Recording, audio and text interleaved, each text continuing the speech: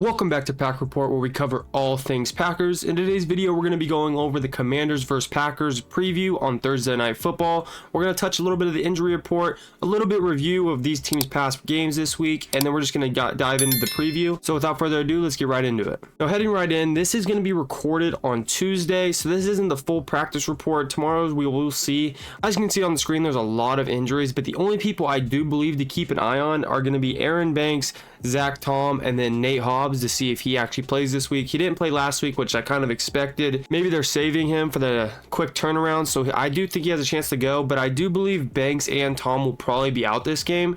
I believe even if the game was played on a Sunday, they'd be maybe questionable to go, so I think on the Thursday it's pretty unlikely they do go. So those are some injuries to keep out for on our side. It doesn't look like they have too many people out. It does show that Marshawn Lattimore didn't practice, Von Miller, but with more coming out, we'll see what happens. Most of these guys were just on rest, so I don't think they have too many key injuries to look out on. Maybe Noah Brown doesn't play, but that would be the only one on their side that might be pretty iffy. So yeah, the Packers are going to be pretty lumped up going into this game. The Commanders seem pretty fine. The offensive line that played pretty well in that game against the Lions will be a little bit banged up, but we'll see how that goes. And I wanted to just touch on last week's game for these teams just so you kind of get an idea how they played. Starting with the Washington Commanders, they did play the Giants, who aren't a great team, but I thought we should just touch on the game really quick. The things I noticed was they played the run really well. I wouldn't say that the Giants have the greatest offensive line or even the greatest running backs, but their defense did look really nice flying to the ball, and the D-line held up pretty nicely against the run. That was the biggest positive I've seen, and some of their newer guys like Debo made some plays, and their newer acquisitions kind of played well in this game, so that's on the brighter side for the Commanders. With it being week one, they did look sloppy at times on both offense and defense, just kind of out of sorts, kind of some penalties, stuff like that, just kind of sloppy week one football, which is to be expected, but I just thought I should put that down there as well. They did play a really nice pass rush in the Giants defensive line, and their O-line did look a little spotty at times, so that is something to look out for. I think the Packers have one of the better defensive lines as they showed against the Lions. They're pretty up there with the Giants as well, if not better. And with Micah probably playing a little bit more this week, I could see that's a spot the Packers could take advantage just because the O-line did look a little spotty.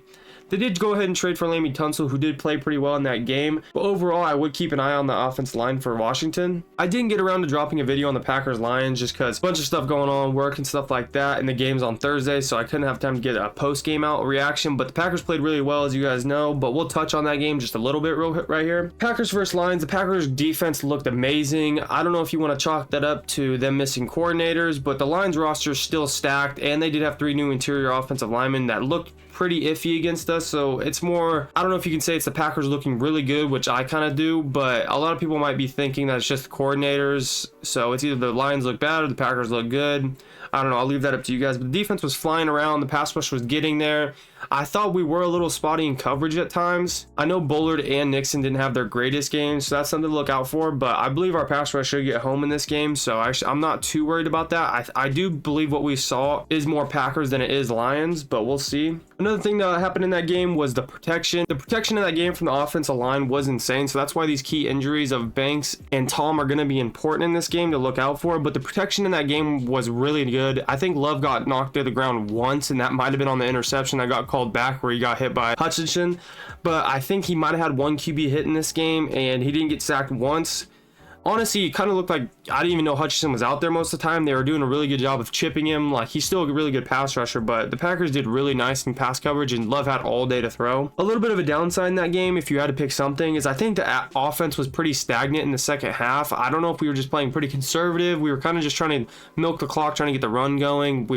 Lions were doing really well containing Josh Jacobs, but the offense did kind of get stagnant, and we didn't really put the game away at any point. I mean, the game was 17-6 at one point. I thought the Packers should have been up by 20 some points. It felt like they were just because of how the game was looking, but the score really never represented that. So yeah, I just think the Packers not being able to put the game away in the second half, just kind of being a little bit stagnant, was a little bit of something to pay attention to, but I don't think it's too big of a deal, but it's definitely something I'm keeping an eye on. So yeah, that does it for the recap of those games. We're going to jump into the keys for the game against Washington and kind of previewing that game a little bit now. So with this game going in, obviously you have to focus on Jayden Daniels for the Packers. This is one of the best dual threat quarterbacks in the league, and I do believe containing Jayden Daniels is my number one key. That dude can get out and hurt you with his feet, as everyone does know, and he's not afraid to throw it, so that is something to look out for. I'm curious to see if they take an Eagles approach they did like week 1, kind of that push the pocket, don't really get out of your lanes type of approach that they take with most mobile quarterbacks. But that was last year, and I'm curious to see if they step away from that, having Micah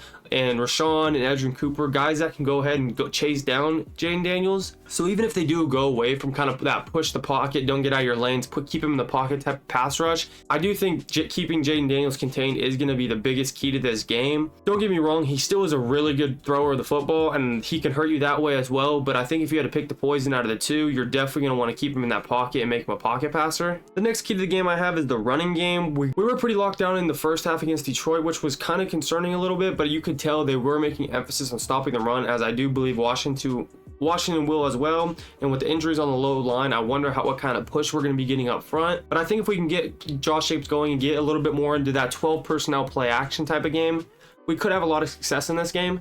Even though the Commanders did look really well against the Giants in their run defense, I do think this is a game that Josh Jacobs does get going, and we can hit a little bit more of those play action, deep crossers, maybe get Matthew Golden a little bit more involved. And that is something that I think the Packers need to focus on, is getting Josh going early and often. Kind of touching on some things that I had in the Packers Lions preview, one of my other keys to the games is not being stagnant on offense. I think there was points in this game that the Lions could have made it a little bit closer. Like if that pick six is called, that could be a totally different game. So I do think we do need to just put our foot on the gas and not call it too conservative of a game. I think in the second half, Matt LaFleur was kind of calling it pretty conservative, just handing the ball off, trying to milk the clock, and we had a couple 3 and outs. So I think we do need to be a little more aggressive when it comes to that. I don't want us to get a lead and then just kind of be okay with where our lead's at and not try to put the game away. Just not being stagnant on offense is a huge key in this game. And with that goes hand in hand. Just the other key I have is finishing.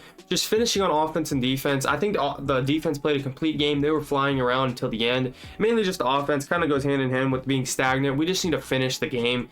If we're in a position that we're up a couple scores, we just need to put the game away. I feel like the Packers have struggled with that in past years as well. So hopefully they can get that finished in this game. The last key to the game I had was just containing their weapons. Just Terry and Debo mainly. I don't think their run game is that crazy. I know they do have the Bill running back, I forgot his name, but the dude that everyone thinks is going to be the greatest fantasy running back this year, steal the fantasy drafts, and Austin Eckler. But I do not think their running game is nowhere near the Lions running game. So I do think we'll have success against the run, but we do need to contain those weapons they do have on the outside, especially even like Zach Ertz across the middle, a little bit older type of a tight end, but he can still hurt you. I do think if the Packers can contain guys like Debo, Terry, and Zach Ertz, obviously, that if we can contain those guys and maybe let up a little more in the run game, I think that's a fair trade-off. I just don't think we can give up those explosives. I do like this matchup for the Packers because we don't give up many too explosives. We do play a lot of that too high shell, keep everything in front of you type of defense. Even against the Lions, you could tell that even if we gave up and they marched down the field, they're having super long drives, but when it came to the red zone, they were locking up, kind of the bend don't break type of defense a lot. So I do think this matches up well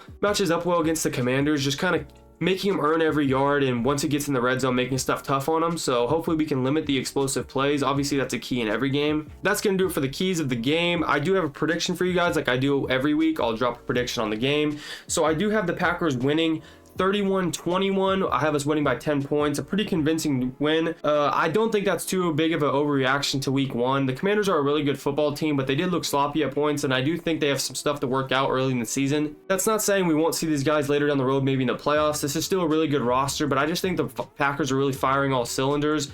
Something I didn't even point out with the penalties and drops didn't seem to be an issue. It seems like we are a really polished team from this early in the year. So I do have us winning 31-21. Let me know what you guys thought down below. Drop a prediction. Let me know who you guys got winning. And it kind of, if my reads on these teams and their points in the keys of the game were accurate, or if you guys saw something else, let me know down below. But that's going to do it for today's Pack Report. I'll catch you on the next one. Peace.